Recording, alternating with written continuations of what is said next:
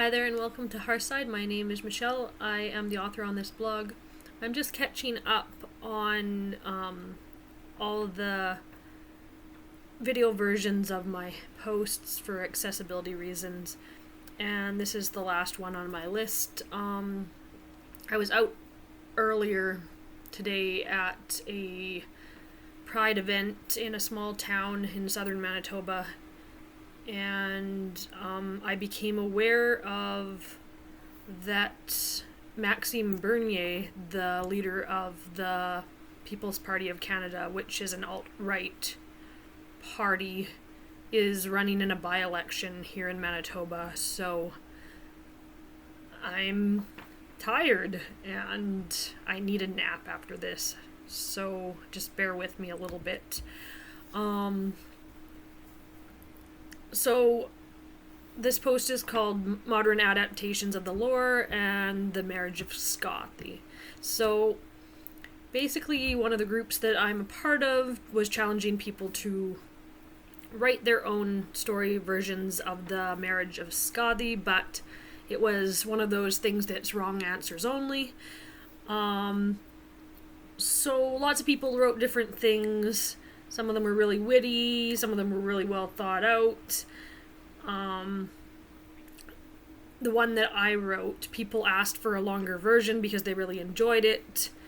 So I created one. But I wanted to talk a little bit about storytelling and about how the lore changed over time with different tellings and how it continues to change.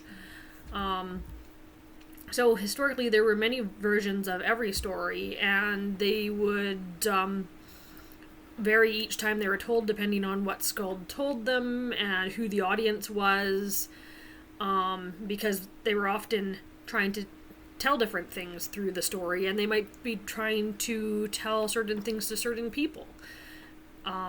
So there were different audiences that the Skald was aiming whatever telling at. So you could hear the same story 100 times and each time would be different. And part of it was to do with life experience and what you took from it. Part of it was what the Skald was trying to say through the story. And then, of course, our lore was written down, and the same as when there were the oral retellings, each time it was written down, it was told with different biases from the person who recorded it, or biases from the copyists or translators. And it changed and warped over time just depending on who told it and how it was preserved. So stories always change. It's the same with a lot of stories, even like fairy tales and things. If you think about, for example, Beauty and the Beast, or some of the other fairy tales that Disney has retold, they were a lot darker and more gruesome in the original tellings. So there's lots of different ways that stories can change, and it depends on who the audience is, it depends on who's telling them. And that means that there's a place for it within heathenry for us to retell the same story with modern versions. And how can we do that as modern heathens in a way that is valuable to us and to our religion? Obviously we want to reconstruct what we can, but some things don't make sense in the modern context and aren't beneficial to our lives. So what can we do to tell a better story, a story that is more valuable to us now? So I'll let you just sort of ruminate on that a little bit, and I will tell you my version of this story, which, understand, I came up with in like about 5 minutes after seeing this post, but then just fleshed it out a little bit when people asked. So it wasn't like I really thought it out too much or anything, but I do feel that it is a very powerful retelling of the story that does have something to offer. So here we go. After Thiazi's death, his daughter Skaði began to wonder what had become of him, until word reached her in her hall way in the mountains about his gruesome fate. Enraged, she put on her skis and she traversed down the mountain to Asgard. There she stormed into the hall of Odin, and there she found many of the Aesir seated around in a feast.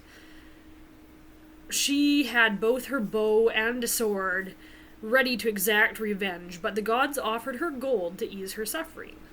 Of course, she would not accept that, but she did propose a counter-offer. She wanted the Aesir to make her laugh, and she wanted to marry so that the loneliness of her father's absence would be eased. The gods tried many things to make Skaði laugh, but they're not very successful, until at last Loki took a rope, tied it around a goat, and then the other end around his testicles. The tug-of-war that ensued was enough for even stoic Skaði to chuckle. The Aesir were a little bit less thrilled with Skaði wanting a marriage, and so they said that she could have a husband if she chose him by his feet only. But again, Skaði had other ideas. It seemed like the Aesir were trying to act like they were better than her. She would show them. Her counter-proposal was that she would marry whoever would beat her in 3 competitions: archery, riddles, and mountain climbing. The Aesir liked a good contest, so they agreed. Ullr was a good archer, and he had a fair hand at mountain climbing as well, but he didn't have the head for riddles. Odin was excellent at riddles and fairly good at mountain climbing, but a little bit less steady with a bow. Freyr was an excellent archer, but could not compete with Skaði in the other categories. Thor wasn't really great with a bow, or with riddles, and when he tried to climb the mountain, his grip was too strong, and the mountain crumbled away beneath him. Loki was a good archer, and he had a clever tongue, but the mountain defeated him as well. Njord hated the mountains and was terrible with a bow. His riddles were pretty good, but they all had to do with the sea. So it seemed like no one could beat Skaði in her contest. She smiled to herself. No man was a match for her, and secretly that pleased her. The Aesir, however, were distressed because how could they repay her if no one would be able to beat her challenge? And it was then that a cloaked figure stepped forward holding a bow.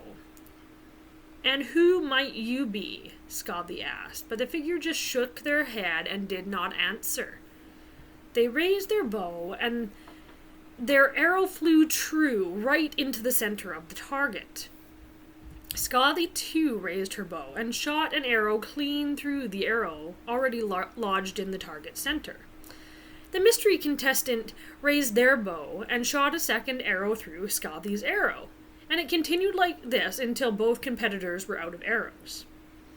So then next, they set out to climb the mountain, and both Skaði and the mystery contestant were once again equally matched. Last, it was riddles, so Skaði started. "I am unexpected, ferocious, cold, dreadful, bitter, violent, and terrible. For when I come, I can ruin your plans. What am I?"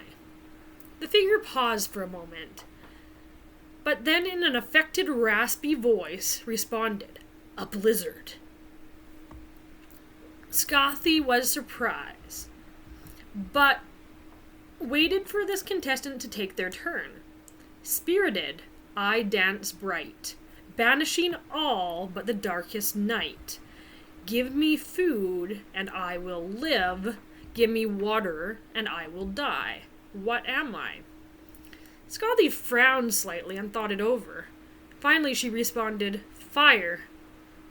The figure nodded solemnly. They were evenly matched again. Skathi said, "This cannot be. No man could better me." "It is good, then," said the figure, "that I am no man." And it was then that she threw back her feathered cloak to reveal that she was Freya. Skathi gaped a little bit. But slowly a smile spread across her face. The beautiful goddess was definitely her equal. "Then we shall be married," she proclaimed. There was some muttering among the Aesir about this. They were reluctant to give up their prized Freya, but the debt must be paid, so the marriage went forward.